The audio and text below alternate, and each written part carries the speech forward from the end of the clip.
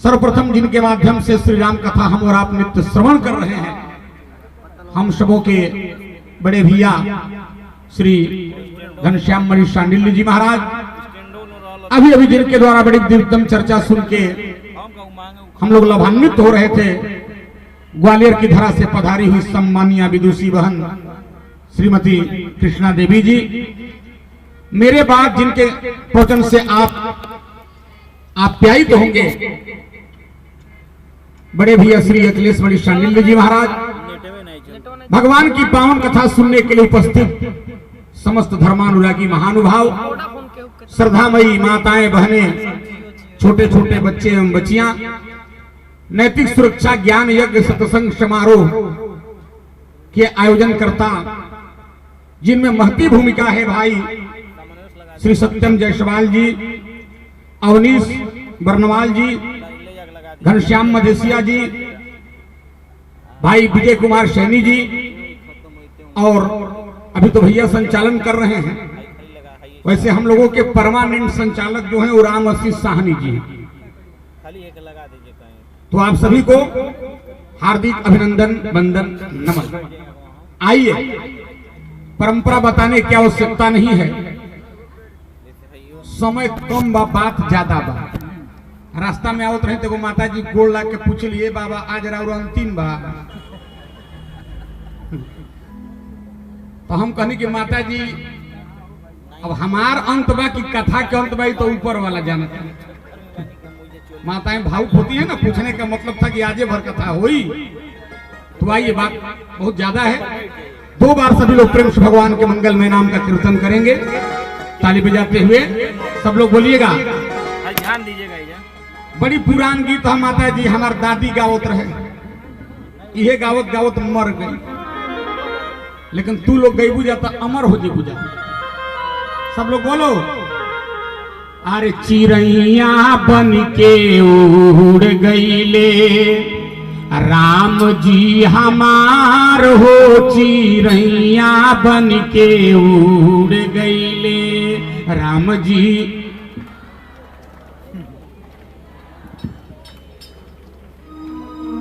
आज भर ख्याल बोले के बाद सब ताकत लगा के बोली जा, अरे चिड़ैया बन के उड़ गईले राम जी हमार हो, चिड़ैया बन के उड़ गईले राम जी।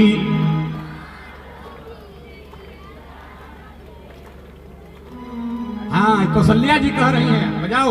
अरे चिड़ैया बन के उड़ गईले राम जी हमार हो, चिड़ैया बन के उड़ गईले राम जी हमार हो।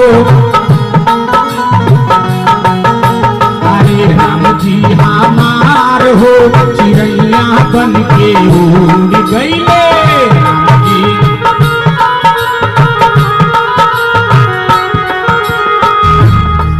कौशल्या जी, जे हमारा राम जी के पातावा लगई है रामा, जे हमारा राम जी के, जे हमारा राम जी के पातावा लगई है रामा, जे हमारा राम जी के, उनका के देव हम, उनका के देव हम सुनवा के हार हो, चिड़ैया बन के राम जी हमार हो, बन के उड़ गईले।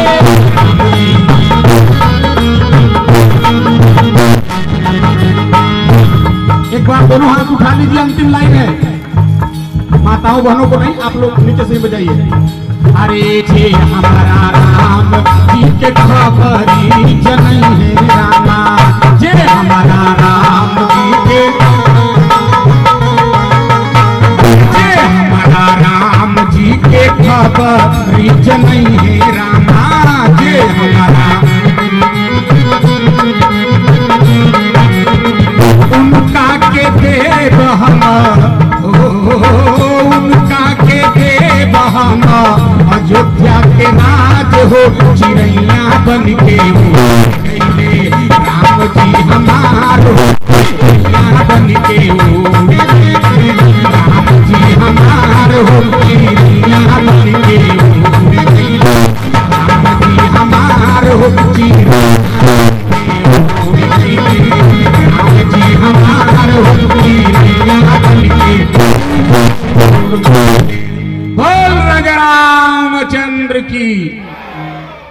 सीधे सीधे कथा पे आजा भाई। फूल चिनिया बेदाम बिस्कुट लेके हमारे कथा में। हाँ, हमारा गांव में बहुत जग होला हर साल। तो भैया गई एक बार कथा कहे, यहाँ के कथा बोलत रही तो 2 गो मेहरारू एके में घूंघट सटा के बैठो रही से। तो हमारा बुझाइल के अखिलेश बाबा के कथावा नीक लागता तो बतियावो तरीसन की बड़ा बढ़िया बोलत रहे देवरिया वाला बाबा। तो हम पता लगाओ कैसे सत्यम लाठी लेके सबके बैठाओ तरे घुमाओ तरे। तो हम वहां व्यवस्थापक तो हम चल गई नहीं कि का बतियावो तरीसन। तो हम गई नहीं तो देखनी कि अखिलेश बाबा के बारे में नहीं सन बतिया उतना कथा के बारे में। वो दोनों घूंघटवा आपस में सटा के नीचे कटोरा में ठेकुआ लेने रही सन आ पानी पियत रही सन।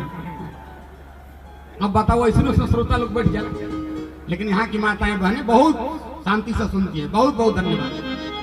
देखो ध्यान से सुनना, शंकर जी के बियाह करा दी, वैसे उम्मीद बा कि नहीं हुई। हाँ, काल कथा सुनावत रही कि पंडित जी अन्नाऊ भाई दोनों जाना पार्वती के बर खोजे गई बड़े जा। देवता लोग शंकर जी से प्रार्थना कई, महाराज रउआ विवाह करी।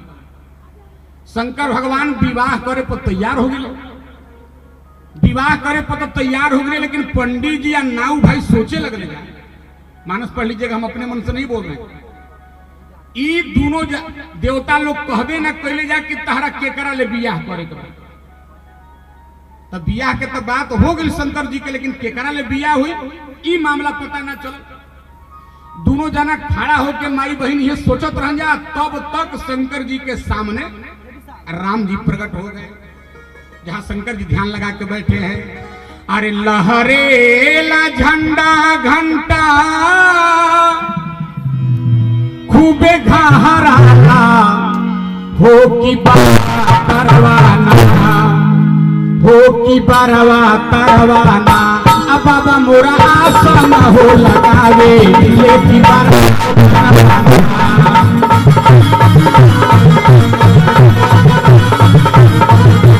बाबा मोरा आसन हो लगावे ले की परवा हो परवाना।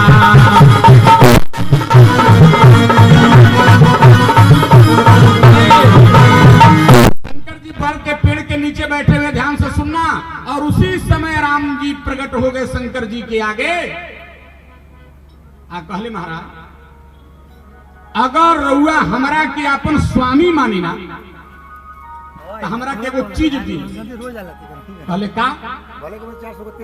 अब बिनती मम सुनहु शिवा। हे शंकर भगवान, हमारा वो विनती सुन ली, प्रार्थना सुन ली।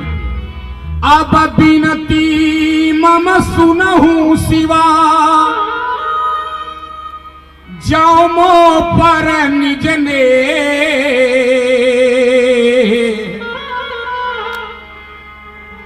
जाई विवाह शैल जही, आया मोहि मांगे हूं दे। रउआ जाके हिमाचल राजा के बेटी पार्वती से विवाह कर ली। पार्वती आपके लिए तपस्या कर रही है। माता जी चढ़ा दे लू। वाह, देखी तो माता जी लोग कितना श्रद्धालु बा। सीधा लोग चढ़ावता, जे देला सीधा उजाला। अब हंसे कहे लगला, कहाँ जाला? स्वर्ग में जाला। दान पुण्य नहीं खातिर कर लेनु स्वर्ग में जाइन, वैकुंठ में जाइन। जे देला आटा ओकरा कबो ना होला घाटा। जे देही दही ओकर सब काम सही। हाँ, आ दे दी चाउर ओकर कबो ना काम हुई बाऊ। हाँ, बाहर माता जी बैठ जा। पुरनकी एक बार लेके आइल बड़ू 3 जगह टुकड़ा वाला। ध्यान से सुनना, बहुत कीमती बात। आपके लिए हिमाचल राजा की बेटी पार्वती तपस्या कर रही है, आप उनसे विवाह कर लीजिए। अच्छा, हमने के देखा भाई 2 घंटा कथा सुन लेंगे ना, 7 बजे से 10 बजे 11 बजे तक 4 घंटा। तो घरे जाके लोग कही बाप रे बाप 4 घंटा कथा सुन के। अब पहले के लोग कितना पूजा पाठ तपस्या करते रहे हो।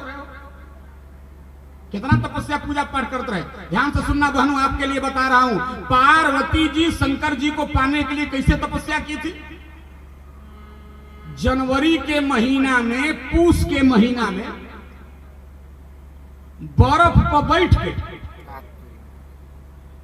ओकरा पर बैठ के आ जपत रही, ओम नमः शिवाय नमः शिवाय नमः शिवाय। गर्मी का दिन आ गया, जरा देखो तरीका।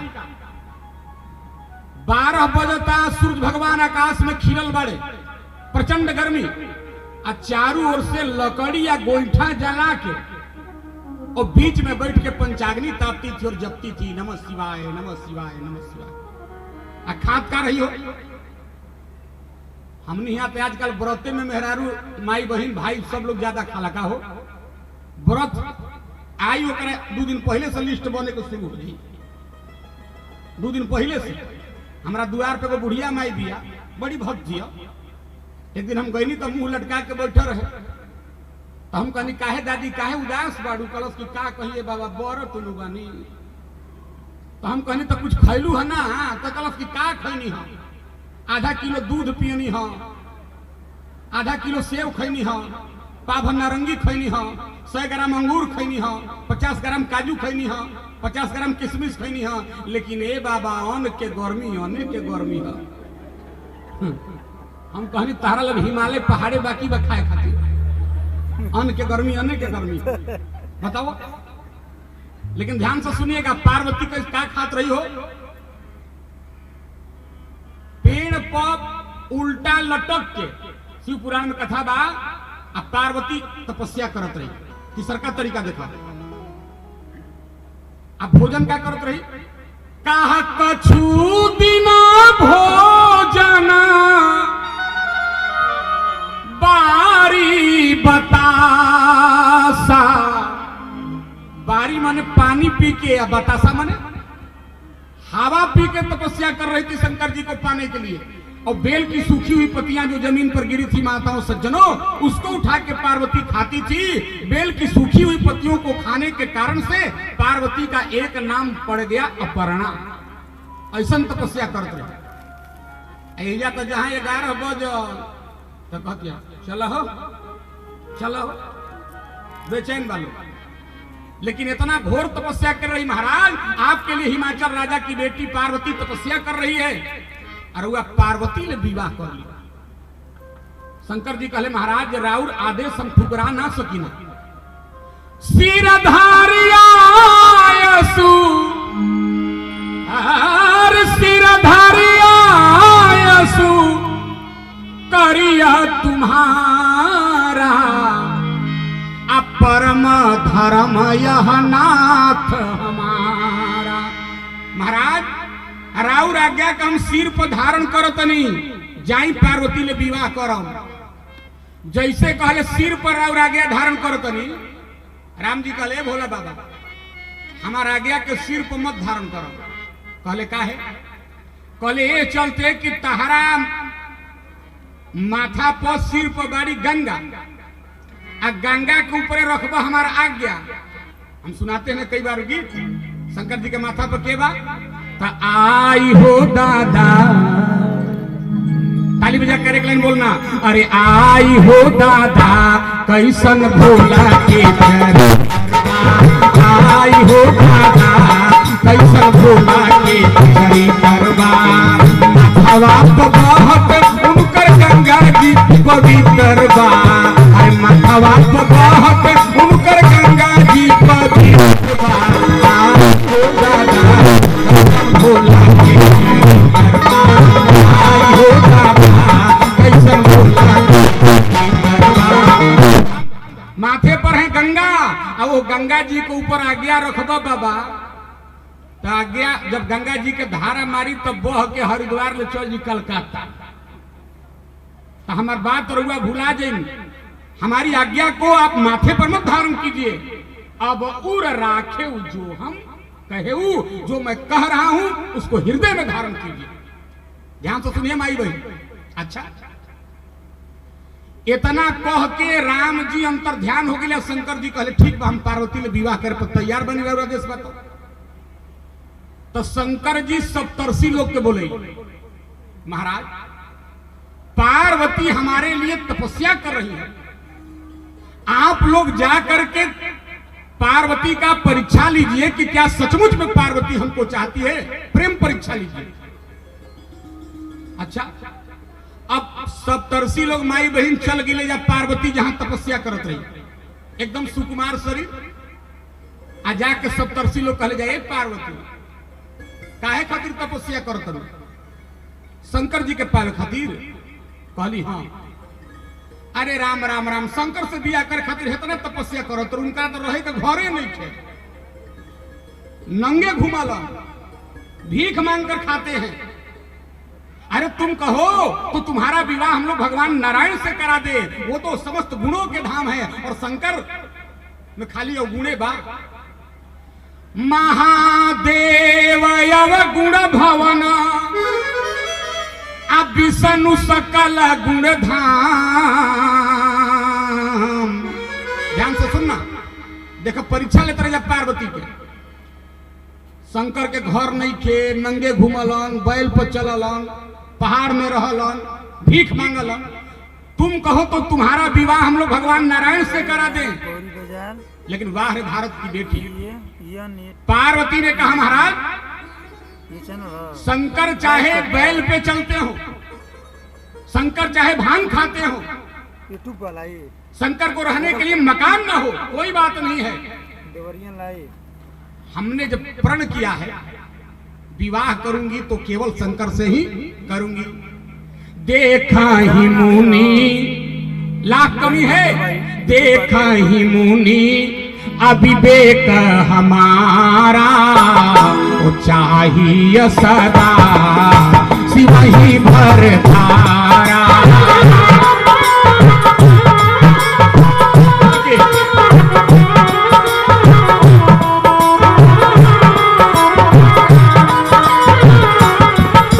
अरे देखा हूँ मुनि अविवेक हमारा,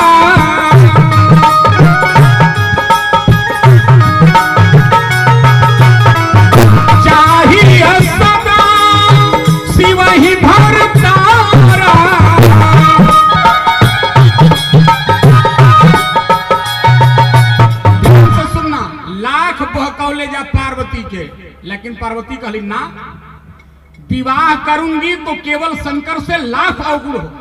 ये भारत की बेटी का चरित्र है। पति कैसनो होके प्रतिज्ञा कर लिया, जैसा भी हो विवाह करूंगी तो उसी से। तनी विदेशों के बेटी के चरित्र देख लो, 2 लाइन में। पंचवटी में भगवान श्री राम बैठे हैं, ध्यान से सुनना। राम जी और सीता जी एक भी माई बहन, और लक्ष्मण जी पंचवटी के गेट पे पहरा दे रहे हैं। और रावण के बहिन के नाम सुपनेखा सबको जानता। 60,000 वर्ष के बुढ़िया, ये कथा नहीं सुनायो के भाई सुन लें। 60,000 वर्ष के बुढ़िया आज जब राम जी के सुंदरता के, स्वर्ग के सौंदर्य के, रूप के, लावण्य के देखल तो राम जी के सुंदरता देख के मुग्ध हो गई। और 60,000 वर्ष की बुढ़िया सज्जनों तुरंत रूप बदल के 16 वर्ष के बुढ़िया बन गई, ब्यूटी पार्लर से निकल के आ गई। आराम जी के भीरी पहुंचल, आराम जी के भीरिया जाके अब प्रणाम ना कैलस, धीरे से जाके मुस्कुराई, बोली वचन बहुत मुस्काई। जैसे मुस्कुराई तो राम जी समझ गए हमारे देश की बेटी नहीं हो सकती है, क्योंकि हमारे देश में औरत औरत से पर्दा करती है। उधर नहीं जाऊंगा, प्रमाण है हमारे यहाँ। ये मुस्कुराई पर है पुरुष के देख के। देखो बड़का बड़का नाखून बढ़ा के, और हर बार आपको सुनाता हूं, जो माताएं बहनें चाह रही हैं कि हमारे मांग में सिंदूर रहे और हाथों की चूड़ियां खनकती रहे, उन माताओं बहनों को जीवन में 2 काम कभी नहीं करना चाहिए। कांच की चूड़ियां ये गजब चीज है, किस जुबां से कहूं ये सबब चीज है। कांच की चूड़ियां हैं दुल्हन के लिए, कांच की चूड़ियां हैं बहन के लिए, चाहती हो मांग में सिंदूर रहे, हाथ की चूड़ियां खनकती रहे। सौभाग्यवती माताओं को जीवन में दो काम कभी नहीं करना चाहिए। सौभाग्यवती माताओं बहनों को नाखून बढ़ाना नहीं चाहिए और बाल कटाना। आजकल दोनों शुरू बा। नाखून तो पूछो मत, पहले तो एक रंग से रंगत रही सन। एगो हमरा भेटाइल तो 5 अंगुरिया 5 डिजाइन से रंग ले रहे। हम कहनी इतना घरे खाए बनावे मेहनत पहले रही तो मोटा के लाल भूल रही। ये अंगूरी रंगे में टाइम स्पेंड के लिए भी आता है 5 डिजाइन से। अब बाल पीछे ले पते ने क्या काल चलत की भाई जी जाते रहे कि बहन जी जाते रहे। ये दो काम बंद कर देना। ये गोइला बड़े बड़े नाखून घुमा के कहती अंग्रेजी में हेलो मिस्टर राम। हम बहुत तनी मन अंग्रेजी जानी ना। अखिलेश बाबा के सामने तो बहुत हिम्मत करना बोले के भाई ये तो उंगली पकड़ के चलाना सिखाए हैं ना। हिंदुस्तान के कई मंचों पर हमको साल भर में पहुंचाते रहते हैं। एक बार ताली बजाकर इनका एहतराम कीजिए। ध्यान देना बड़ी कीमती बात। तो जाके कलश hello mister Ram, I am most important beautiful girl in the world in present time. इसी का ट्रांसलेशन को स्वामी जी किए हैं। कहतिया का कहल तो समा पुरुषना कहलस की रउआ नियन कोई पुरुष देखे। राम जी कहले वाह ये तो रावण की बहन है, वेदांत तो बोल रही है। अच्छा कभी कभी देखो भाई चौपाई के बड़ा विलक्षण अर्थ है। अभी बहन जी सुना रही थी जब विभीषण आई ना तो सुग्रीव कहला सरकार। राम जी कहे क्या है? कहा आवा मिलन दशानन भाई। तो राम जी ने कहा ठीक है आने दो। तो फिर कहता आवा मिलन दशानन भाई। राम जी ने कहा ठीक है आने दो। तीसरी बार बोला आवा मिलन दशानन भाई। राम जी ने कहा आने दो। अरे तो बोलती है कि समझो एकरा पहले रावण के बहिन आई रहते तना पूरा फाट हो रहे। अब रावण का भाई आ गए। अब का हुई भगवान जाने। तो राम जी कहले चिंता क्यों कर रहे हो सुग्रीव? उ दशानन के भाई हो तो हम सहसानन के भाई हैं। चिंता मत कर तू। सुप ने किया गईला कलश तोसम पुरुष न। राम जी कहे वाह ये तो वेदांत बोल रही है। बोलो भाई राम जी पुरुष थोड़े हैं। राम जी को हम लोग कहते हैं पुरुषोत्तम। और अंग्रेजी में भी आप राम लिखते हो तो 3 अक्षर से बनता है RAM।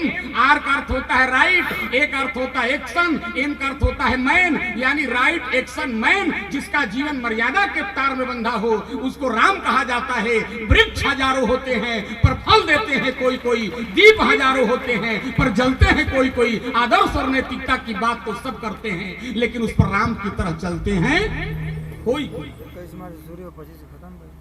लेकिन अगला लाइन बोलल तो घबरा दिला। कहतिया तो सम पुरुषना मो सम नारी। हमारा नियम कोई नारी नहीं थे। तो सम पुरुषना मो सम नारी यह संयोग विधि रचा। अरे ब्रह्मा बड़ा बढ़िया संयोग बना देले हमनी के दोनों आदमी के मिला देले। ताते अब लगी रहे कुंवारी अमन माना कछु तुम ही निहारी। हम आज तक कुंवारे घूमतनी बहुत लइकन के देखनी कोई ले बियाह करे के मन ना कइल। रउआ के देख के मन हमार कुछ करता। रउआ ले विवाह कइल चाहते तो राम जी कहले ये तो उल्टा बोलती है भाई। अच्छा बोलो हमारे यहाँ प्रक्रिया क्या है? सबसे पहले ये होती है कुंवारी, कुंवारी के बाद होती है नारी और नारी के बाद बनती है महतारी। लेकिन ये गई तो उल्टा बोला का हो। पहला चौपाई में कहलस तो सम पुरुष न मो सम नारी। और निचला चौपाई में का कहलस ताते अब लगी रहे कुंवारी। पहले नारी बाद में कुंवारी। तो राम जी समझ गए मामला कुछ गड़बड़। पहले नारी या बाद में कुंवारी। तो कहले हमरा ले विवाह करे आई बड़ू। कहलस जी। तो राम जी कहले हमरा ले काहे के विवाह करू? सीता जी ने अंगुरिया धीरा के कहले सीता ही चिताई कही प्रभु बाता अहि कुमार मोर लघु। हो गेटवा पर चल जा हम तो सांवर बानी हमार भाई हो गोर बा। हम बेरोजगार बानी, मिलिट्री में बहाल धनुष बाण लेके जा तो कर ले तू विवाह कर अहि कुमार मोर लघु भ्राता। सुपनेखा सुना जैसे राम जी कहे मेरा भाई है, सुंदर है, गोरा है, चली जाओ। देखो ये विदेश के बेटी भारत की बेटी बनती, एको मिनट लेट ना कैलस, तुरंत चल गई लक्ष्मण जी भी। लक्ष्मण जी आंख बंद करके राम राम कर रहे हो, जो जाके कहला हेलो मिस्टर लक्ष्मण प्रताप सिंह। जब वही जा कहलस तो लक्ष्मण जी के कमाल देखा। लक्ष्मण जी देखो तो निकलो करा था, लेकिन बोल पड़े सुंदरी सुनू मैं। जैसे कहले सुंदरी, सुपनेखिया गदगद होकर कहती है वाह, something is better than nothing. ओ करीवाली गोरका बढ़िया है, ये हमको सुंदरी कह रहा है, लेकिन जब तकलस तो कहती है ये जी रुआ हमरा के सुंदरी कहत नहीं, लेकिन हमरा पर देखत नहीं की। लक्ष्मण जी मनवा में कहले जितना देर नहीं की देखत उतने देर सुंदर बन। देखला के बाद कुल प्लेटफार्म साफ होने के बाद कहने का मतलब क्या था हमारा, देखो सूर्पनखा आई थी राम जी से विवाह करने के लिए, और राम जी ने कहा लक्ष्मण के पास चली जाओ, तो लक्ष्मण के पास चली गई। उसको कहना चाहिए था प्रभु मैं आपसे विवाह करने आई हूँ, आपसे करूंगी, आपके भाई के पास नहीं जाऊंगी। जैसे पार्वती ने कहा महाराज लाख कमी हो शंकर में, विवाह करूंगी तो शंकर से, मैं नारायण से विवाह नहीं करूंगी। एक निष्ठता है भारत की बेटी में और विदेश की बेटी में नहीं। ध्यान से सुना, एक 70 लोग गदगद होकर शंकर जी ने कहले महाराज पार्वती सचमुच में आपके लिए तपस्या कर रही है, विवाह करी। शंकर जी विवाह करे पर तैयार। अब देखो नाऊ भाई या पंडित जन गई बढ़ गया, ये सुनने जाके शंकर जी तैयार हो गए, और उन्हें देवता लोग अपना अपना महल में जाके अपन अपन घोड़ा हाथी गाड़ी जहाज तैयार करके बारात लेके लोग निकले के तैयारी कर दिल। अब पंडित जी नाव भाई का करते जा, ई लोग दौड़ के ले जा हिमाचल नगर में। तो लड़की के माई मैना माई इंतजार करत रही, पंडित जी कितना दिन से गइल बाड़े अभी अइले ना, पार्वती के बर खोजाई कि ना खोजाई, यह सोचा तरे। आ तब तक पंडित जी या नाव भाई के हालत देखली, जाके प्रणाम कैली, कहली ए बाबा पार्वती के बर खोजा गई। पंडित जी कहल हाँ माई लड़का तो खोज लेने जा। अच्छा तो कैसन बा दुल्हा तनी बताई ना। पंडित जी जैसे बतावे खातिर मुंह खोल ले तो नाव भाई कहले ए माई ई का बताइए लड़का कैसन बसली, हम लड़का देखले हमरा पूछा। अच्छा तो बाबू तू ही बतावो।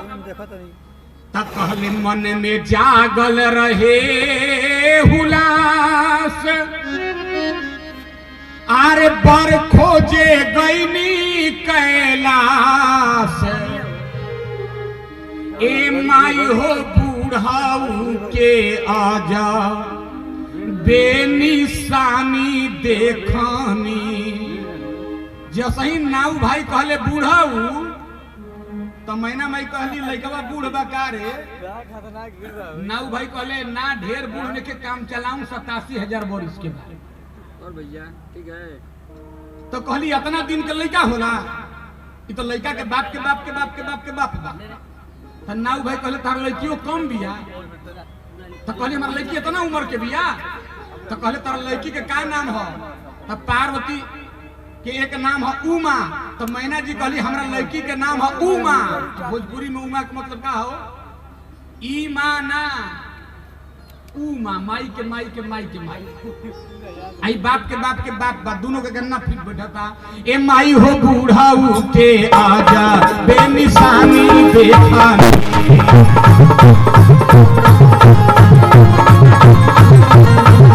ए माई हो के आजा, बेनिशानी देखानी।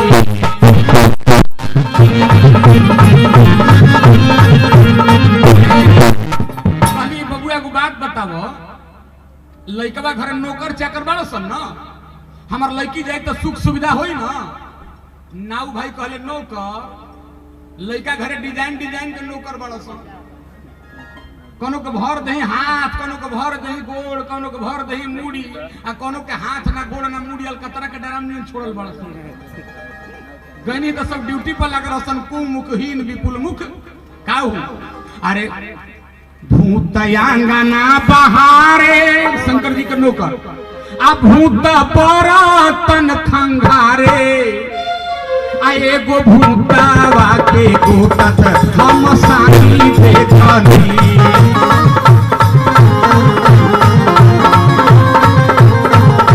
ए माई हो दूल्हा के अजा ए निशानी देखनी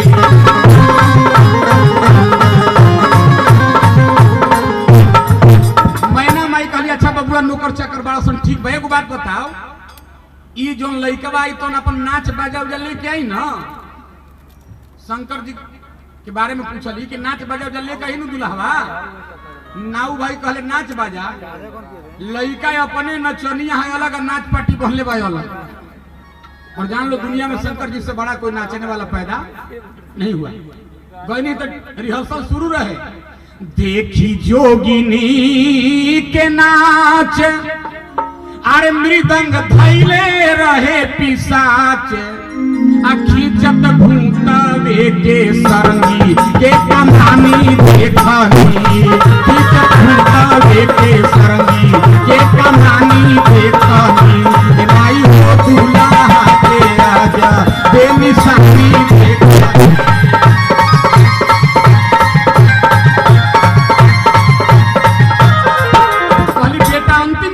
वही जो लइकवा आई तो अपन जनरेटर मरकरी पानी पिए के व्यवस्था लेके आई ना नाऊ भाई कह रहे जनरेटर मरकरी लइका के कपारे पर मरकरी टांगल बा कबो लाइन कटे के डरे नहीं थे आ कहली पानी पिए के तो लइका के कपारे में ट्यूबवेल धंसावल बा कहाँ लिखा है देखी जोगिनी के नाच तो नीचे पढ़ा का लिखा बा गीत में एगो चंद्रमा आकाश एगो शिव जी के माथे बारे खास आ शिव के जाटावा से गिरत हर हर पानी से पानी शिव के जाटावा से गिरत हर हर पानी से पानी माई हो दूल्हा के आजा के निशानी से पानी माई हो दूल्हा के आजा के निशानी से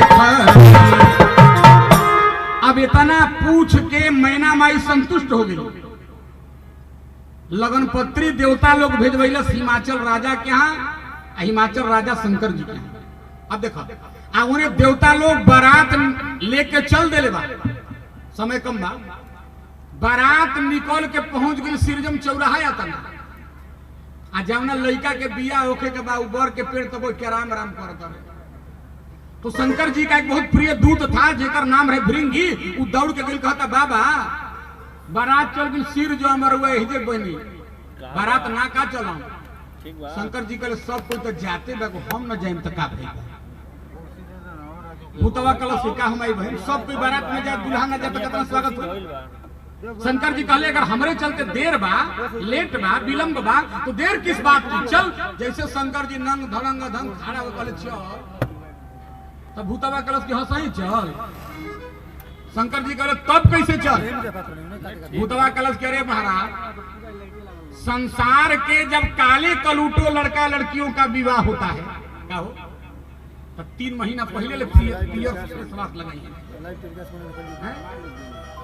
एक से क्रीम एक से पाउडर श्रृंगार करते हैं आपको दुल्हा बनना पड़ेगा श्रृंगार करना पड़ेगा शंकर जी कहले बाबू हम श्रृंगार करो लेकिन वो शर्त अच्छा का शर्त बा शंकर जी कहले देखो भाई हमारे श्रृंगार के नाम पे न इंद्र के खजाना से न लक्ष्मी के खजाना से न कुबेर के खजाना से 1 रुपया से कहीं खर्चा नहीं होना चाहिए हमने क्या आजकल हो अपना बेटा बेटी के विवाह में फैशन परस्ती में लाखों रुपया पानी की तरह बहा देते हैं एक दिन में और बाद में माता पिता को क्या मिलता है माता पिता कर्ज भरते भरते मर जाते हैं शंकर जी कहले हम विवाह में श्रृंगार करम लेकिन शर्त बा कि 1 रुपया खर्चा ना होते ऐसा करबो लोग भूतवा कलशन महाराज ऑर्डर दी अभी करते हैं शंकर जी कहले करो तो कैसे श्रृंगार होता बाबा चौपाई लिखे अरे शिव ही शंभु गण करहि छटा मुकुट यही मऊर सवारा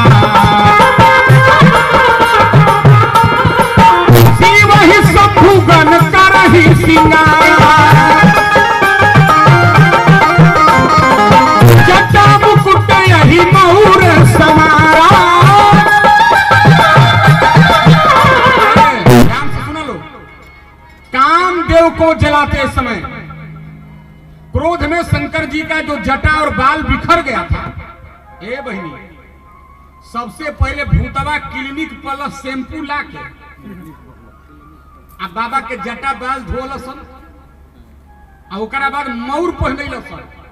त कौना चीज के मौर पहनैलसन? बोले जटा मुकुट अहि मऊर सवारा। अहि अहि माने सांप। बहन जी बैठी हैं, भैया बैठे हैं। सांप, लेकिन कौना सांप के अहि कहल जाला? हो जाला सांपन में क्वालिटी बा। अब आदमी में क्वालिटी बा कि ना हो? सबको अखिले से बड़ी बन जाई। एगो ब्यास के हम देखनी कि 2 गो माला लटका के वो चश्मा लगैले बा। हम कहीं काहे के कहता अखिलेशो बाबा तो लटकावल, हम कहीं अखिलेश बाबा तो कहलन उरूज पे चला गया, ओकर अर्थ बता देबो?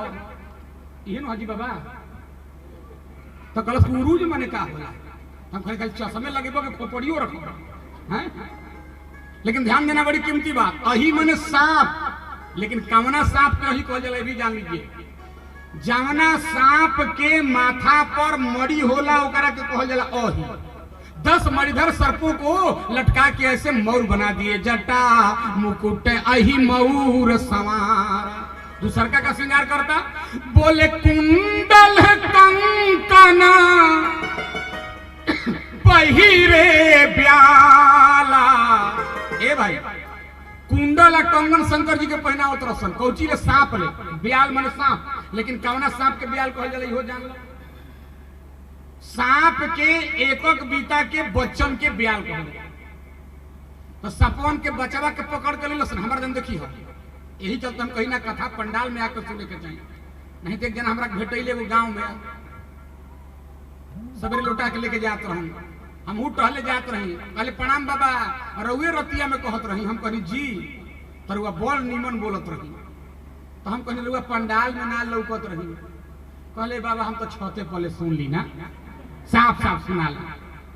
तो हम कहले तहरा तो बढ़िया मुर्दा पर 7 फीट अंदर कब्रिस्तान में सुन लेता है। जब सबको ये सोची कि घरे में सुन जाई कैसे काम चलेगा? लेकिन सुनो, बहुत कीमती बात। सांपवा के एकक बीतवा के बचवन के पकड़ के लाके आ मुहवा फाड़ के पोछिया घुसा दिलस और धागा से बांध बांध के कुंडल कंगन बना दिया। एगो भूतवा कहता बाबा पाउडरो लगेबो? शंकर जी कहे लगाओ। गई स्मशान घाट पे जहां ताजा लाश जलत रहे, एक बोरा राख पोंछ के लाई, शंकर जी के लगे धड़ाम से फेंकलस। करस के लो बाबा भीको टर्मरिक पॉन्ड्स पाउडर लगा। और शंकर जी राख क्यों लगाते हैं? आप लोग कभी विचार किए हैं? हंसिए मत, जरा समझिए भी। शंकर जी पागल नहीं है, महादेव हैं। शंकर जी क्यों राख लगाते हैं? ध्यान से सुनना। हमनी के देश में 12 जगह माता बहन शंकर जी का स्थान बा। आप लोग श्लोक बहुत लोगों को याद होगा। सौराष्ट्र सोमनाथ, गुजरात में सोमनाथ, बनारस में विश्वेश्वरनाथ, विश्वनाथ, हमारा यहाँ झारखंड बिहार में बैजनाथ। तो 12 जगह शंकर जी बाजान, उज्जैन में महाकाल। ध्यान दिया। तो 12 जगह के पंडा एक बार शंकर जी से पूछले बाबा आपके मंदिर में जब कोई आता है तो हाथ जोड़ के एक प्रार्थना करता है, क्या हो? हमने के कोनो मंदिर में जाने जाती है ना, कहने जा हाथ जोड़ के तमेव माता च पिता तमेव। अच्छा, कुछ तो विचित्र भक्त होलन। जूता खोल दिया हनुमान जी के मंदिर के बहरी, जूता बकर 3200 के, ताकि हनुमान जी पर कही तमेव माता, घूम के देखी जूता बाकी गई तो जूता तरफ कहेगा चपिता तमेव, मन हे हनुमान जी तू माई, हे जूता जी तू बाप। तो कैसे भगवान खुश हो गए हो? लेकिन पंडों ने कहा आपके मंदिर में जब कोई आता है तो आपको माता पिता कहता है। और स्पष्ट मानस में लिखल बा जगत मातु पितु शंभु भवानी, संसार की माँ है पार्वती और पिता है शंकर जी। तो पंडों ने कहा महाराज जब पूरे संसार के आप माता पिता हैं तब माई बाबू का क्या कर्तव्य हो? शंकर जी ने कहा देखो माता पिता का यही कर्तव्य है। ध्यान से सुनो, अगर बेटा मिल जाए तो छाती से चिपका लेना, अच्छा बेटा मिल जाए तो अंक में भर लेना, अच्छा बेटा मिल जाए तो हृदय से लगा लेना।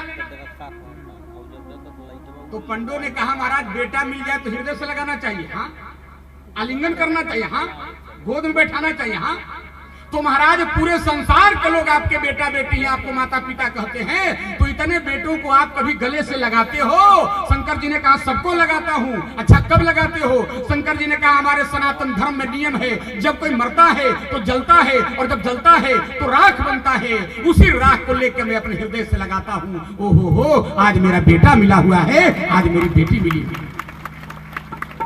तो शंकर जी यही चलते राख लगावले, तन विभूति।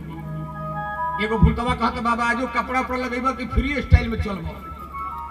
शंकर जी का लगाओ कपड़ा, तो बाघ का छाला कहीं कहीं वर्णन है, पेड़ का छाला कहीं कहीं वर्णन है, पार्वती मंगल ग्रंथ में हाथी का छाला पहना दिया, पटके हरि छाला, और कहा शशि ललाटा,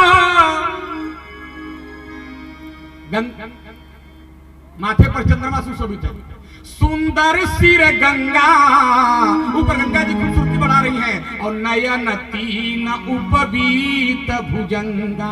एक बात और ध्यान देना, शंकर जी के जनेऊ पहने लसन, जनेऊ भुजंगा लिखा हुआ, भुजंगा माने सांप, लेकिन कौना सांप के? बहुत बड़े बड़े सर्पों को कहा जाता है भुजंग। तीन वो बड़का सांप के ला के आ शंकर जी के पिठिया में कंधा में लपेट के जनेऊ पहना दे। जनेऊ जनेऊ बना दिया। जनेऊ सबको पहनना चाहिए, एक बात और ध्यान दो, तिलक सबको लगाना चाहिए और माथे पर चोटी सबको रखना चाहिए, लेकिन आजकल चुरकी रखे में, चोटी रखे में बेइज्जती लोग समझे लगा हो। ये सब रूढ़िवादिता है, लोग कहते हैं।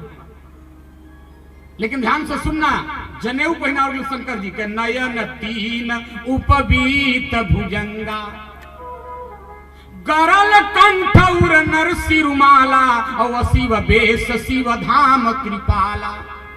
एक हाथ में डमरू, एक हाथ में त्रिशूल लिए शंकर जी। एगो भूतवा कहता बाबा कवना गाड़ी पर चलब? शंकर जी कहले डीजल पेट्रोल के रोज दाम बढ़ता, लाओ हमार नंदी बैल। आ शंकर जी माई बहन बैठले बैल पर, तो बैलों पर ना बैठे आई, बैठे के आगे लगाम लगा के तो पोछी में लगाम लगा ले। ध्यान देना, मानस में दो लोग दुल्हा बने, राम जी दुल्हा बने तो घोड़े पर बैठे और आगे लगाम लगा के, और शंकर जी दुल्हा बने तो पूंछ में लगाम लगा के। वैसे भैया बैठे हैं, बहन जी बैठी है, कहीं एक कथा नहीं लिखल कि शंकर जी बैल के पूंछ पकड़ के बोझ बढ़े, कहीं प्रमाण नहीं है। जैसे मानस में कुछ चीज है जिसका प्रमाण नहीं है। जैसे लोग कहते हैं भरत सरिस को राम से नहीं, जगु जप राम राम जप जेही, लेकिन पूरे मानस में एक भी चौपाई नहीं मिलेगा कि कहीं राम जी भरत भरत कर रहे हैं। लेकिन लिखा हमनी को सब वक्ता बोला नहीं जा शंकर जी बैल की पूंछ पकड़े गए, लिखा कहीं नहीं हुआ। तो कैसे पूंछ मानल जाए कि शंकर जी बैल के पूंछ पकड़ ले? तो देखो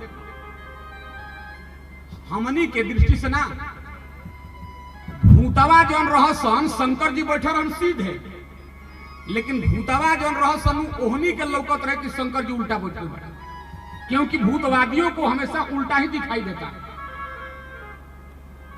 विद्वान लोग कहते हैं शंकर जी बैल के पूंछ पकड़ ले। अच्छा तो शंकर जी बैल के पूंछ पकड़ के कहेगी? तो ध्यान दिया, देखा माई बहन, बैल के 4 गो पैर होला ना, देवरिया जिले में 4 गो पैर बैल में होला सन, तो धर्म के भी 4 गो पैर होला। नोट करा, पहला पैर है धर्म का सत्य, लेकिन कलयुग में पैर टूट गई। कलयुग में कोई सच बोलेला हो? हमने से पूछिए बाबा कहाँ पहुंचल बानी? अभी खुखुंदू पहुंचल नहीं, कह दिन हाँ देवरिया इंटर कर देनी। सत्य जल्दी कोई बोलने वाला मिलेगा नहीं, जो बोलते हो पूज्य है प्रणम्य है। दूसर का पैर है तप। ए बहनी, कलयुग में कोई तप कर ना सकेला। अच्छा मान लो तू मूड बना के अपना घरे बैठल क्या तप करम, तपस्या करम, जैसे आंख बंद करके शुरू कैला ओम, तब तक मेहरारू के पीछे कहती है सिलेंडर खत्म, बालू चबल हो गई तार तपस्या। और शौच पवित्र, कलयुग में पवित्रता नहीं रहेगी। चौथा पैर है दान। ये जो आप लोग दान करती हो ना, आप कर कितना बड़ा समारोह करा रहे हो, भैया बोल रहे हैं कि फलाना 100, फलाना 500, फलाना 1000, कल हम भी कह दिए तो 500 कितना लोग दे दिए। इसी दान रूपी पैर पे धर्म खड़ा है। तो धर्म के 4 गो पैर। तो जब लइकन के बियाह हो जाई तो उसको सुंदर पत्नी मिल जाएगी, कुछ दिन बाद उसको एक सुंदर बेटा पैदा हो जाएगा, कुछ दिन बाद उसको एक बिटिया हो जाएगी, यानी उसका संसार परिवार बढ़ेगा। तो कहल जो करा ले बाबू चलो ना, बड़ा बढ़िया बस स्टैंड कथा होता। तो लड़कवा के सर हमारा के कहाँ लिया जीवा, हमारा धंधा पानी ले फुर्सत बा, हमको नौकरी पेशा से फुर्सत है, हम धर्म कर्म कहां से करेंगे। तो शंकर जी ने कहा दुनिया के नौजवानों, विवाह होने के बाद सुंदर पत्नी मिलेगी, मन तुम्हारा उसमें फंसेगा, बेटा पैदा होगा मन उसमें फंसेगा, बेटी पैदा होगी मन उसमें फंसेगा। अगर विवाह होने के बाद पूरे धर्म का पालन नहीं कर सकते हो तो धर्म की पूंछ भी पकड़े रहोगे, तो समझ लेना तुम्हारा बेड़ा पार है।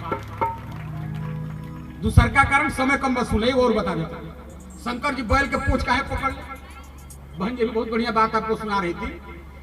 भागवत जी में माई बहन एगो कथा लिखल बा 32 अपराध जो ना करे के चाहिए लेकिन हमनी के कर नहीं जाए। भगवान का जहां भी मंदिर हो उसके अगल बगल थूकना नहीं चाहिए, लौसंका नहीं करना चाहिए, गंदगी नहीं करनी चाहिए। लेकिन हमनी के घर के पूरा कूड़ा ले जाके मंदिर के आगे पीछे। भगवान के मंदिर में शिष्ट जन बैठे हैं, ध्यान दीजिएगा, कभी भी सवारी पर बैठ कर नहीं जाना चाहिए। आप पुराने जमाने में राजा लोग हाथी घोड़ा चलते थे, मत जाओ। आज के जमाने में आप कार से चलते हो तो कुछ दूर पे रोकिए। आप मोजा जूता इत्यादि पहन करके मंदिर में नहीं जाना चाहिए, पाप लगता है। और भगवान के मंदिर में कंबल इत्यादि से पूरे शरीर को कभी ढक कर सोना नहीं चाहिए, ये नियम है। और जिस दिन कोई उत्सव आए ना भगवान का, जैसे रामनवमी आ रहा है, जन्माष्टमी आता है, उस दिन घर में बिना भगवान का उत्सव मनाए भोजन नहीं करना चाहिए। कितना भी गरीबी हो, एक पूरी ही बनाओ, एक हलवा का दाना ही घर में बनाओ, लेकिन भगवान के लिए अर्पित करो, वरना पाप लगता है। रास्ते में आप जा रहे हो और कहीं आपको मंदिर दिखाई दिया, आपने प्रणाम नहीं किया तो उस समय दोष लगता है। एक बात जो हम बताओ चाहते हैं, जब भी आप मंदिर में जाइए इतवार से संकल्प कीजिए विनोद पाठक के बात को, दर्शन करके भगवान के और तुरंत मुड़ के अपन पीठ ना भगवान के दिखावे के चाहिए। सुन माई बेटी, मुड़ करके भगवान को तुरंत अपना पीठ नहीं दिखाना चाहिए। 3 डेग 5 डेग 7 डेग पीछे आना चाहिए और तब मुड़ के जाना चाहिए, भगवान के पीठ ना दिखाते। शंकर जी कहले कि हम बानी आगे, दूल्हा की गाड़ी कहां होला हो? आगे। अब बाराती कहां होला? पीछे। और शंकर जी के बारात के मालिक हैं विष्णु भगवान। तो शंकर जी ने सोचा मैं दुल्हा बन के आगे बैठूंगा और घोड़े में आगे लगाम लगाऊंगा तो विष्णु भगवान पीछे रहेंगे, तो विष्णु भगवान को हमारा पीठ दिखाई देगा। और अगर मैं बैल की पूंछ में लगाम लगा लूंगा तो विष्णु भगवान पीछे हैं, विष्णु भगवान का दर्शन करते जाऊंगा। इसलिए शंकर जी बैल की पूंछ में लगाम लगा। बारात माता जी चल दिल। बारात कितना दिन बाद पहुंचल हिमाचल नगर में? शिव पुराण में लिखा है ठीक 21 दिन में। और बाबा मानस में क्या लिखे? अरे नगर निकाटा बारात सुनी आई, पुरखरु भरोसो भाई।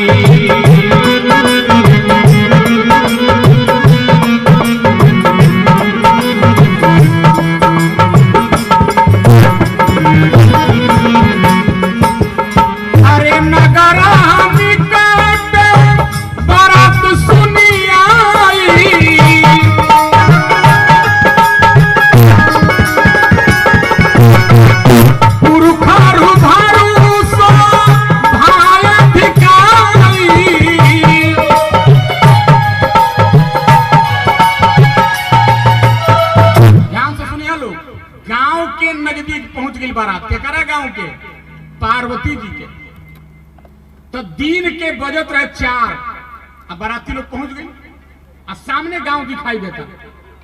तो बारात के मालिक विष्णु भगवान कहले, ए भाई बेटी वाला का घर गांव सामने दिखाई दे रहा है, आ इतना सकराहे बारात लेके चल जाते अच्छा ना लगी।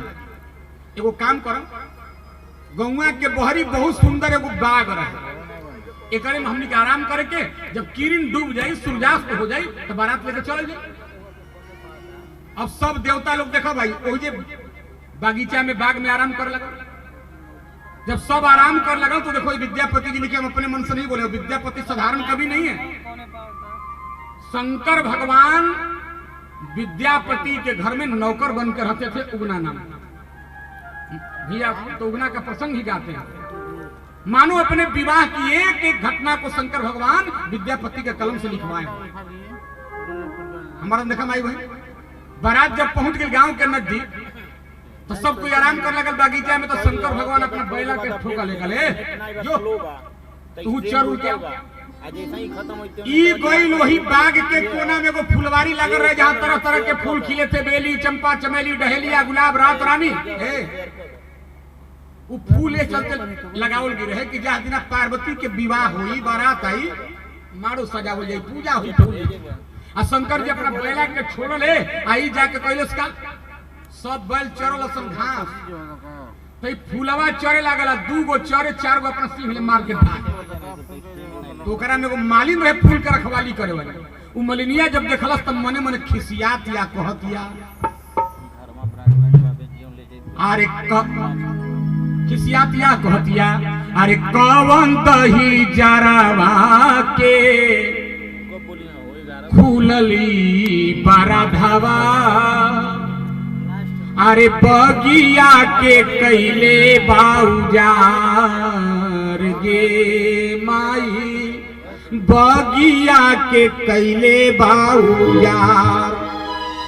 ये धुन है विद्यापति जी के, लेकिन हम लोग भोजपुरी वाले गाते हैं अरे कौन दही जारावा के फूलल ई बाराधावा हे आ बगिया के कैले बाउजार गे माई बगिया के कैले बाबू यार गे माई।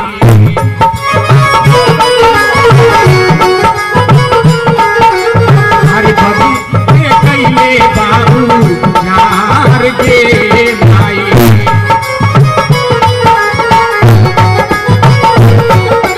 कहतिया मलिनिया का कैले बा बेली फूल खैलस चमेली फूल खैलस रामा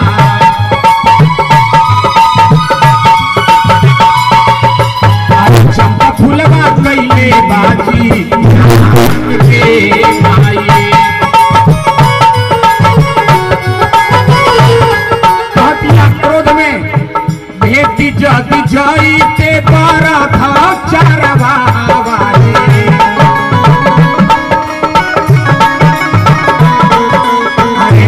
के ले गई दर मार के माई।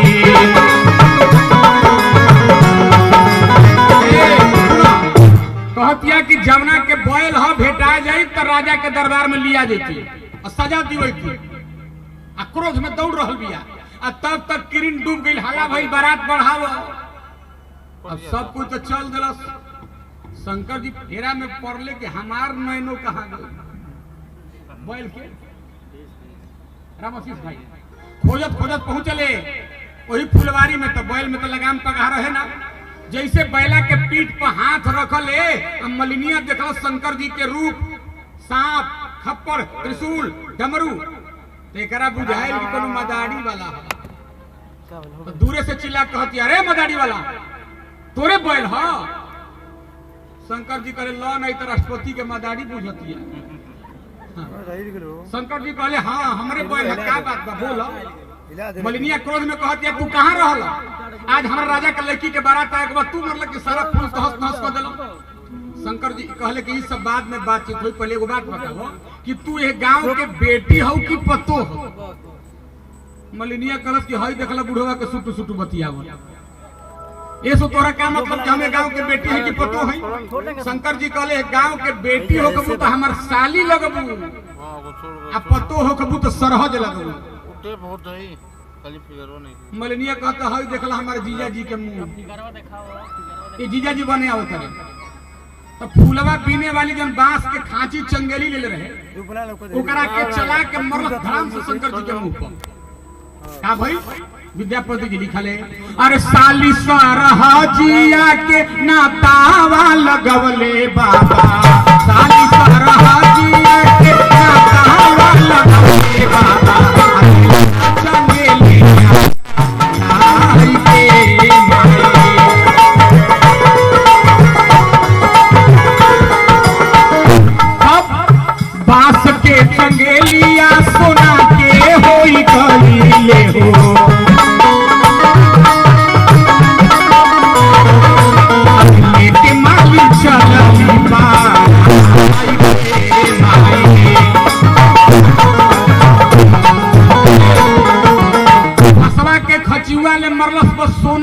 बना के गिरा दिले शंकर जी।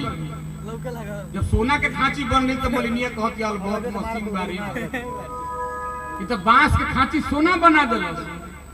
आ दौड़ के गई, खचिवा खींच के अपना चरा में छुपल आ लेके भागत रहे गांव के तरफ। तब तो गांव के चौराहा पर कुछ लोग टास उस खोलत रहे। एक आदमी का हे मालिन रुक रुक, अरे रोजा रोजा देखनी मालिन बांस के चंगेलिया हो, आज कैसे सोनावा के भेल गे माई। रे रोज रोज तू बांस के खांची ले जात रही, साथ सोना के कैसे बनल पहले ई बात। मलविया कल के हुजूर हम चोरी रू ना कइली हो। हिमाचल राजा के बाग में एगो दुल्हा आइल बा, एगो बैल आइल बा, वो बुढ़ावा दुल्हावा के मरनी है, बस बांस के खांची सोना के बननी। तो गौवा वाला कहलसन जब बॉर्डरे पर कारखाना आ गई तो हमनियों के बनवा ले के। हां सही है, सही तो सब गांव वाला हिमाचल राजा का कोई खबर नहीं दे। राजा के का खबर दे, राजा घर सोना चांदी कौन कमी बा। उठैलो सन अपना अपना घरे ले जा, सिलबट लोढ़ा खांची बांस आ लेके लोग चलो सोना बनवा। सोना से तो पहले ही से लोग के प्रेम है, कितना प्रेम है बाप रे। आ माई बहन के तनी बड़ी सोना ले प्रेम हो। अरे राम गजब ढंग से सोना के गहना बनवावल सन। हमनी के मरद ड्यूटी करके आएम जा, फुल पैंट टांगम जा, 1000 रुपया रखम जा, धीरे से 200 निकाल ली। पति महोदय पूछी हो गुड़िया के मम्मी एकरा में 1000 रे 200 नई खेले ले बाड़ू का। कहे मूड बना के विश्वास न हो तो मत टांगा कीजिए,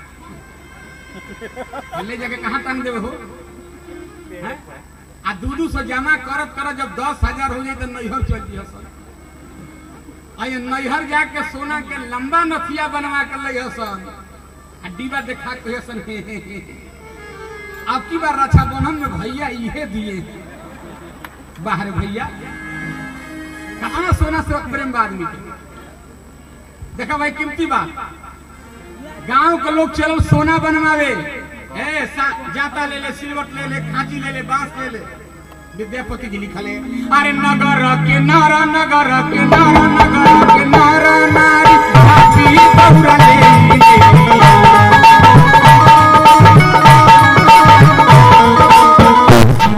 चला ले खुशियाँ आई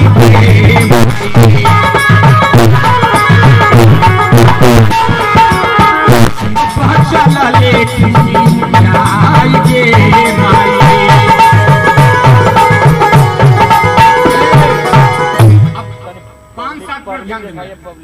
अब ब्रेक लगावत लगावत उतना बढ़ रहा होगा। गौवा वाला जब चल सर खांची लेके, जाता लेके, सिलवट लोढ़ा लेके, बांस लेके, तो शंकर जी के पीछे शंकर जी के भूत खड़ा रह खड़ा नहीं बाबू। एगो भूतवा देखल जब कपार पर खांची तो शंकर जी ने कहता बाबा अब खचीवा में का होता। शंकर जी कहले जा रे चौपट बदनाम कर देबो हमरा के। सबके विवाह में जैसे मान लो सत्यम के रेस्ट हाउस का कहला मैरिज हाउस, वहाँ जो हाटा रोड में बना हम लोग बियाहे वाला हमने के ठहरल बनी। आ जाता ना कुंवार लेके बड़ा सन दिन में हमारे भी जाता रहा चक्कर लगाओ तरह से। सुनो बहुत बढ़िया बात, तो जहाँ विवाह मैरिज हॉल होला उजा ना विवाह ठहरला तब ना नाश्ता पानी चलेला, चाहे बफर हो चाहे वो फैलो जो सिस्टम हो चलेला। तो शंकर जी कहले सबके विवाह में जब मैरिज हॉल में बैठब, टेंट में बैठब तब नाश्ता मिली। आ बौरा हमारा विवाह में टेंट हाउस में बैठे के जरूरत नहीं है, मैरिज हॉल में कि रास्ता में चलते चलते खांची में नाश्ता के प्लेट लाओ तो दे दी हसन। अब भूतवा कुल गदगद। तो शंकर जी के पीछे वो ऐसा भूत खड़ा रहे जना भर दही आंखें रहे विपुल नैन वाला। तो वो देखल जब कान्ही पर लंबा लंबा बांस तो कहता बाबा खचीवा में तो नाश्ता के प्लेट आवता है, कन्हिया पर लंका काले ले बड़ा सन। शंकर जी कहले नयका डिजाइन के चम्मच चल जरा झुलाइन ढेकारे उनको खिये हसन। अब भूत बड़ा गदगद। अब तब तक गौवा वाला शंकर जी के नजदीक। अब दूरी कितना रखी जैसे आप लोग बैठे हम मंच पर बैठे इतने 5-7 फीट की दूरी। देखो छोटी को लड़का निकल गौवा वाला देने आ पूछो तो अपना काका ले एक घनश्याम काका यही बुलावा के मारे के बा शंकर जी जो सुनले मारे के बाद शंकर जी कहले चेला टेंशन का बोल बाबा ई मिठाई लिखा से लेके पिटाई करे आइल बड़ा सन जैसे जाके वो खांची चलौलो शंकर जी का कहले अरे बिरहनी सुकवले बाबा अरे हाड़ा खर कवले हो आ बिछियन के कइले तई या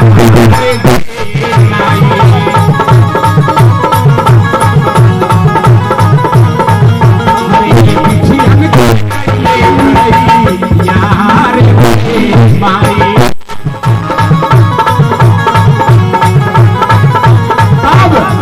गेहूं के मारा साये हुनी के हुनी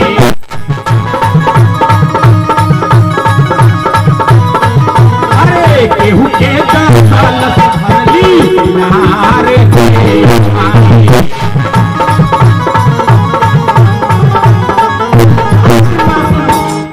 ये विद्यापति जी लिखे हैं लेकिन मानस में क्या वर्णन बा जब गांव के नजदीक बेटा वाला लोग आ जाते हैं तो लड़की वाला लोग क्या करना हो हम लोग फूल का माला लेके जाते हैं समधी को माला डालते हैं समधी के भाई को डालते हैं श्रेष्ठ जनों को डालते हैं गली देखावत रास्ता देखावत लोग ले आवे अन्हार रही तो पहले जमाने में पेट्रोल में लेकिन टेस्ला के बीच में उहे देखावत लोग लाई और नीचे और स्वागत लोग कर रहे हैं अंतिम बात सुनो बाबा ने लिखा नगारा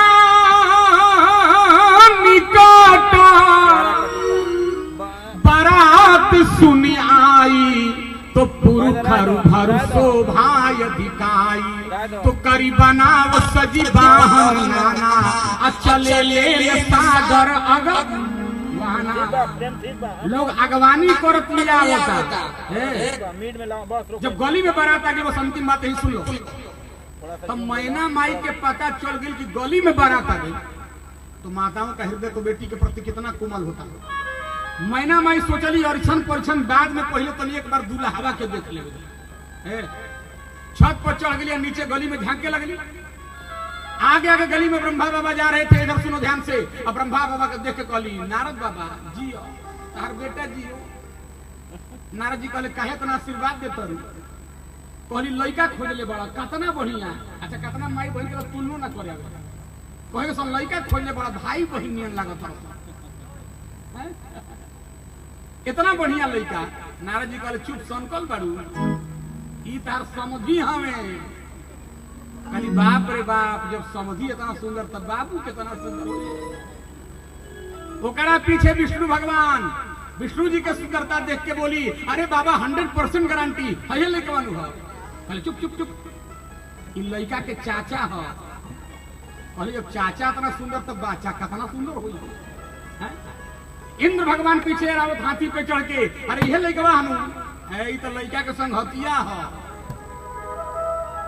अग्नि भगवान अरे तो लड़का घर खाए बनाने वाला है वरुण अरे तो पानी भरने वाला है तो मैना माई कहली जब सर्वेंट इतना सुंदर तो गवर्नमेंट कितना सुंदर हो तो कलिए बाबा रुआ के बार बार बोला के पूछे के पड़ता कौन है पार्वती के दूल्हा कौन पार्वती के दूल्हा कौन पहचान बता ना दी हम चिन्ह ले नारद जी कहले हाथवा देख रहे बोलते भुला गेलू सुनो जब तू अपना बेटी पार्वती के दामाद के दर्शन करबू तो गोरखपुर एम्स में तारा 60 बोतल पानी चढ़ तो बुझ लिया कि पार्वती के दामाद देख अब गांव में बारात आ गई बा कथा करा से आगे बढ़ के सकत और देखो हम बिहारी है ना तो विद्यापति जी लिखल है आप लोग कथा भी जानते हैं कि जब राम जी के बारात गई रहे तो 6 महीना तक अयोध्या के लोग बिहारे में रह गए तो शंकर भगवान को हम यहीं पर विश्राम दे रहे हैं अब साल भर बाबा के ओजे खड़ा रहेगा हैं महीना में परिछन कर खातिर छत पर बाड़ी अब बाबा गली में जा पर अब जाए दो एक आगे के कथा चांस बा न बोला के एक आगे कथा बगला साल पक्का सुना दे और देखिए भाई कितना बड़ाई कल जाए भाई एजा के नौजवान लोग के हमारे भैया दिन में धीरेन्द्र मणि जी चाचा जी ले गए थे हम लोग को गोरखपुर हम कहनी कि हमारे को अखिलेश बाबा ने सैंडल खरीदे के भाई कल चिंता मत करिए हमारा सैंडल हम कर दे और पूरा घुमाए पॉपकॉर्न का खेला हमें पूरा पेट भरल बा। आ कहला में कल एक बुजुर्ग आदमी मिले तो वो भी कहते हैं एगो निर्गुण सुना दे। अच्छा सुना के विश्राम देवी की बंद कर दी हैं, सुना दी हो तो निर्गुण का भाव सुनो। भरत शर्मा का निर्गुण है, अरे गोरिया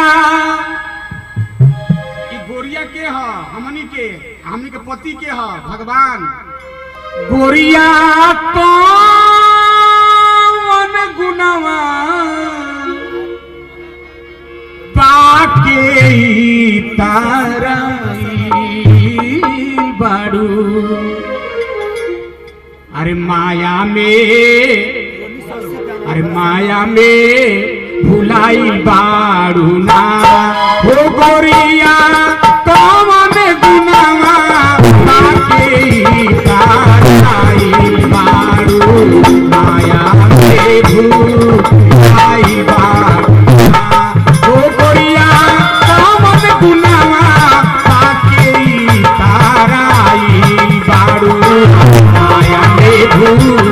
लाई बाड़ू।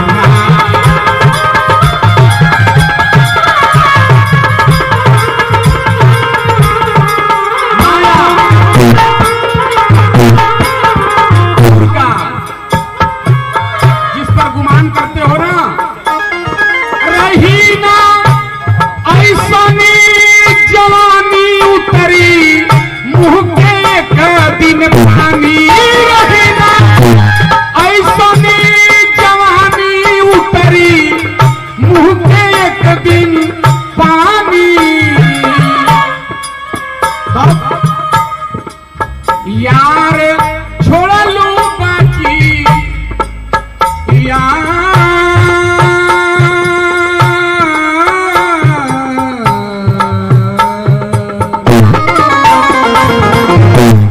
अरे यार छोड़ लू बाकी देवरे पे लू भाई बाड़ू। माया में भूलाई बाड़ू हो गोरिया कौन गुनवा पाके ताराई बाड़ू। माया में भूलाई बाड़ू।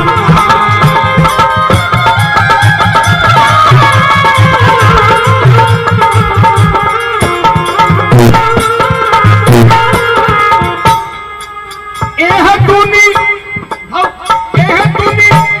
के चाल दुरंगी होला केहू ना केहू के संगी। एह दुनिया के चाल दुरंगी होला केहू ना केहू के संगी। और का पिया के ध्यान न धैलू और पिया के ध्यान न धैलू। पिया के ध्यान न धैलू बसना में अझुराई बाड़ू। पिया के ध्यान न धैलू बसना में अझुराई बाड़ू। अच्छा ये निर्गुण निक लगता बहुत निमन तो 150 ला के चढ़ा दो। अच्छा माताओं बहनों कल हम लोग कहे थे ना आप लोग बहुत ढंग से आए हैं और कई माताओं बहनों के हाथ में हम पॉलिथीन देख रहे हैं बड़का बड़का साड़ी कपड़ा एगो तो देखो हरियर साड़ी चढ़ाइले भी तो हम साड़ी कपड़ा मांगे खातिर नहीं बैठा। जो लोग श्रद्धालु है केवल गिन के 5 आप और 5 आप 150 जो भी इच्छा हो अल्लाह करा आपको चढ़ा दीजिए। केवल 5 आदमी सेलेक्ट करना है। अगर हम आज हैं तो हम ले ना सकेंगे 5 आदमी केवल आप लोग 5 आप लोग आ जाओ। उसके बाद हम चढ़ाए भैया कल भी हम चढ़ा दीजिए। हाँ कर महाराज जी वाह। नाम किसी का नहीं बोलेंगे आप ये सोचिए कि हम परमात्मा के दरबार में चढ़ा रहे हैं। हमारा नाम जान के क्या करना बीपीएल में चढ़ाएंगे ना एपीएल में चढ़ाएंगे क्या सही जी।